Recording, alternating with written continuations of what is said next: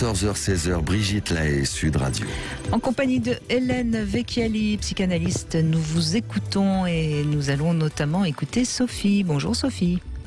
Bonjour Brigitte, bonjour Hélène. Bonjour Sophie.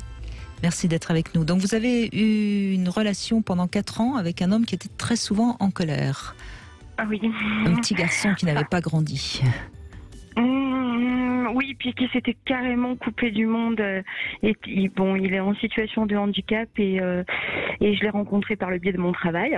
Oui. Donc moi, j'ai l'impression d'être un éternel sauveur. Enfin bon, c'est terrible. Et voilà, une affinité s'est créée au fil du temps. Et puis du coup, on a débuté une relation. Et j'ai été emprisonnée dans cette relation et j'y suis encore malheureusement, malgré une séparation.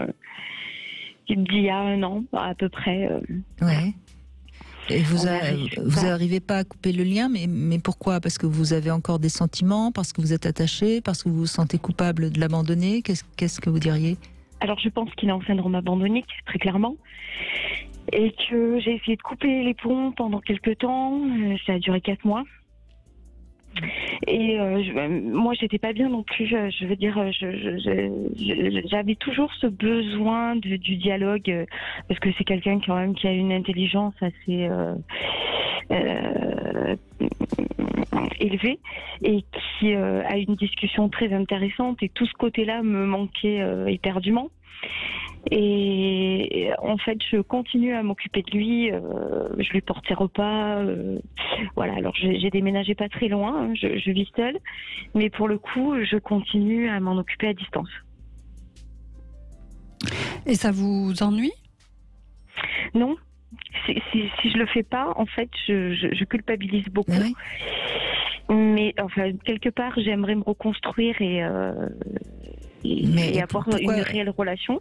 Pourquoi vous envisagez pas cette relation comme une relation qui serait passée amicale, tout simplement ? Alors, amicale, oui, elle l'est, mais on attend toujours plus l'un de l'autre. On a déjà passé le cap d'essayer la relation à distance, ce qui ne fonctionne pas du tout. Donc il y a un lien de dépendance l'un à l'autre.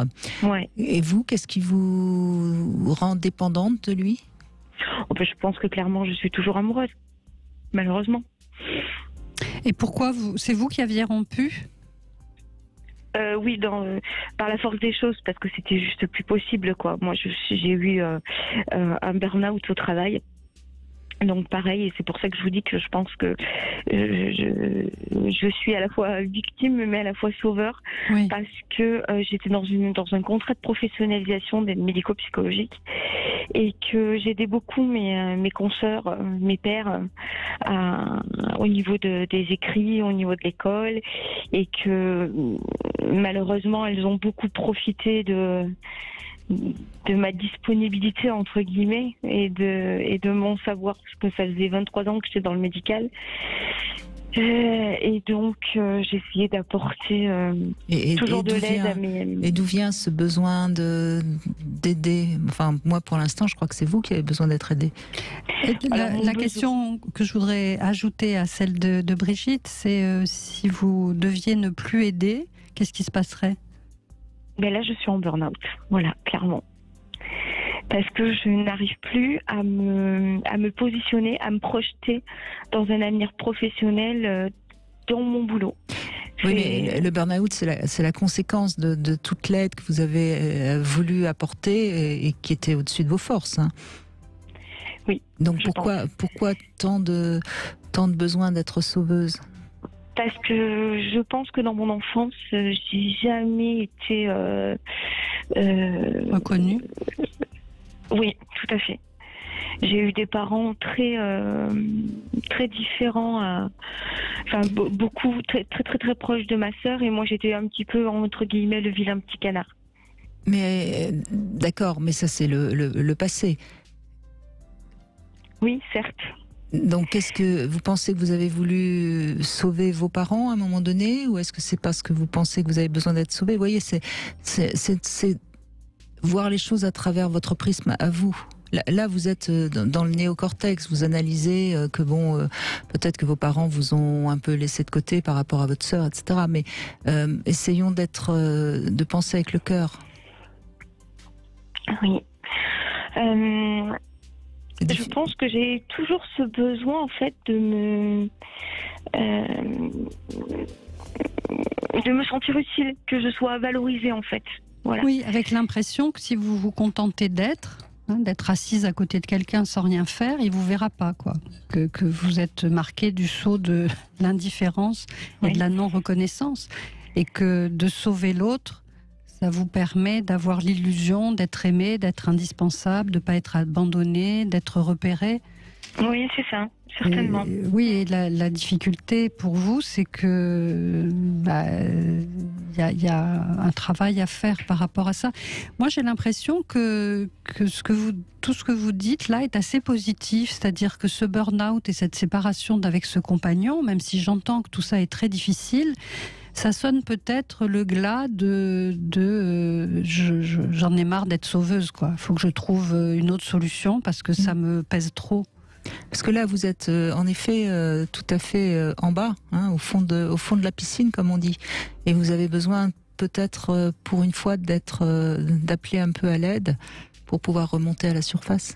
Et oui, parce que la dernière expérience a été terrible. J'étais dans un travail où j'avais pas le droit d'affirmer haut et fort ce que j'étais et de parler de mon expérience professionnelle. Et en fait, au sein de l'équipe dans laquelle je travaillais, au sein de la structure dans laquelle je travaillais, je ne pouvais pas m'affirmer en tant qu'ANP. Et mes collègues... Et donc cette expérience vous renvoie de plein fouet à votre expérience de petite fille, et c'est ce qui vous a certainement fait vous écrouler. Sophie, restez avec nous. On n'ira pas jusque-là.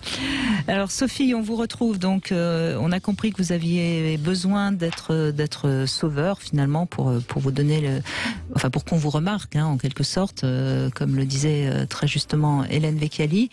Là, vous n'êtes pas bien. Peut-être qu'il est temps justement de prendre soin de vous. Oui, c'est ce que j'essaie de faire. C'est pas facile. Les petits soucis se règlent, mais bon, ça avance pas vite et administrativement, c'est compliqué. Donc voilà, j'essaie de sortir de ce travail déjà aussi et d'essayer de me reconstruire, surtout d'essayer de me reprojeter. Mais oui, mais voyez, là, vous parlez de choses qui sont d'ordre plutôt, on va dire, matériel. Vous parlez de vous projeter. Moi, j'aimerais bien entendre l'instant présent et puis je suis. Vous voyez, parce que ça commence par ça. Tant que vous êtes dans quelque chose qui est ailleurs que en soi, vous n'allez pas avancer.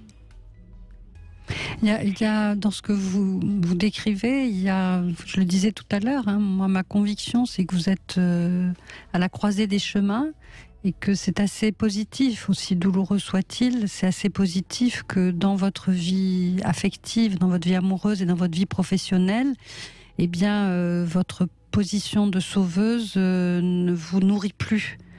Et là, aller voir quelqu'un vraiment et tout de suite pour vous aider à comprendre ce que vous allez pouvoir mettre en place à la place de ce rôle et ne plus faire mais être, ne plus faire pour les autres mais être pour vous. Je pense que vous êtes au bon moment là pour le faire. Oui, c'est ce que je pense aussi. Et j'arrive un peu plus j'ai un peu plus confiance en moi et je sais ce que je ne reproduirai pas par contre. Voilà.